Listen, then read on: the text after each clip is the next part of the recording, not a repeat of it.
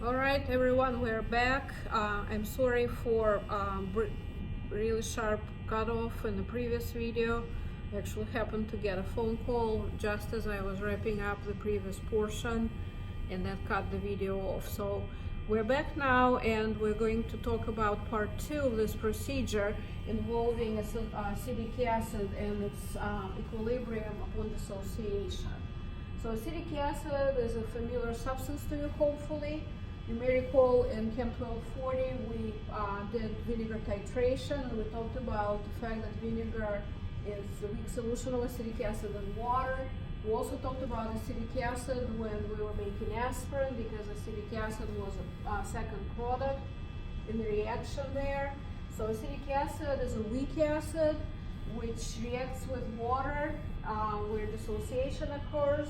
But because it's a weak acid, there's actually equilibrium that exists between undissociated acid and water on one side, and acetate ion and hydronium ion on the other. So if you were talking about strong acid, the reaction would go in just one direction, from left to right, with no equilibrium. But because this is a weak acid, there is actually equilibrium that exists. So we're going to try to monitor how the equilibrium is shifted, and whether acetic acid undissociated or acetate ion is actually present. In this reaction, we can't really tell much unless we use an acid-base indicator, because all species in this equation happen to be colorless. So the indicator of choice for us here is called methyl orange. And for your reference, I explained here what methyl orange shows us. Typically, if you're talking about higher concentration of hydronium ion, methyl orange turns reddish pink. And when you're talking about lower concentration of hydronium ion, you're typically talking about yellowish orange color. So let's take a look and see.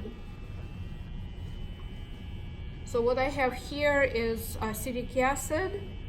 It's about 1 molar according to your directions. We're looking at step 6 on page 121. So I already measured my acetic acid, and I did add some methyl orange, of course. So you can see it's very pretty salmon pink, maybe color, reddish pink, if you will.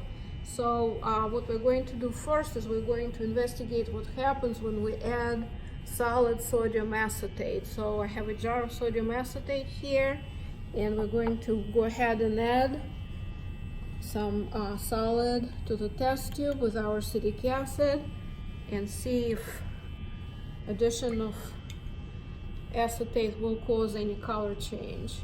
You may see on the bottom there where some solid is still present. It's sort of more yellowish than the rest of it. I guess I probably need to use a stirring rod to stir it up a little bit. It's actually quite neat because you can see the yellow on the bottom, and towards the top it's more orange, sort of separated. So where all that acetate primarily is, it's yellow, and where all the acid is still orange. So now that I stirred it, you can see that color did turn more yellow. So how can we explain this? So this yellow color suggests decrease in the amount of acetate ion, in the amount of hydronium ion. So what did we do? Well, here we added sodium acetate. Sodium acetate solid that I added quickly dissolved in water, and by dissociation produced acetate ion. And so basically introduction of that white solid allowed me to increase the concentration of acetate. So if I increase the concentration of acetate, which is our product in the original reaction, according to Le Chatelier's principle, how should equilibrium shift? Introduction of extra product creates a stress which system wants to minimize. How can the system get rid of extra acetate ion that we added? The answer is it can speed up the reverse reaction, shifting equilibrium from products to reactants. In other words, shifting equilibrium to the left. Now, if equilibrium shifts to the left, hydronium ion concentration is going to decrease because hydronium ion is going to get used up along with the acetate to make undissociated acetic acid. What should happen to our indicator when concentration of hydronium ion is decreased? Well, according to what I wrote here, at lower concentrations of hydronium ion, color must change to yellowish orange, which is what we're seeing here. So once again, we did add solid sodium acetate, increase the concentration of acetate ion as a result. Acetate ion is a product here. By adding more product, we created a stress which caused the system to shift equilibrium to the left. To minimize the stress, to use up the extra acetate we added, and that in turn caused the decrease in concentration of hydronium ion, which is what we're seeing here. The other portion of the reaction, or of this procedure, if you look at step 8, it says measure an additional 3 milliliters of 1 mole acetic acid and add 3 drops of indicator, which I already did. So this is what I have here, and then we're supposed to start adding sodium acetate. I'm sorry, sodium hydroxide.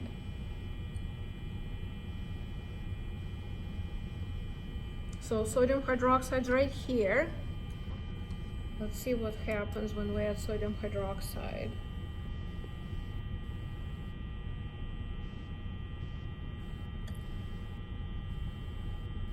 So we started out as red because even though acetic acid is weak, it still had quite a bit of hydronium ion.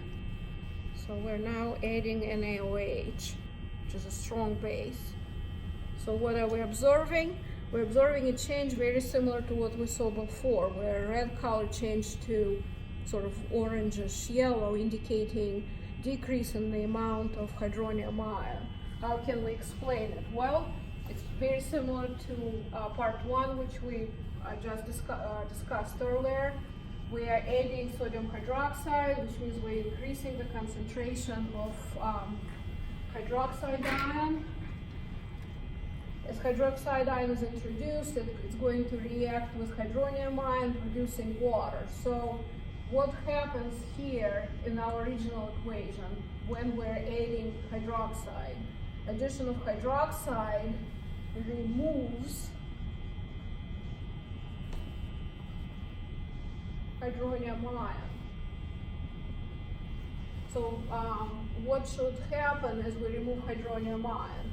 As we remove hydronium ion, what we're seeing here is the color changes to yellowish orange because hydronium ion concentration is depressed by adding hydroxide.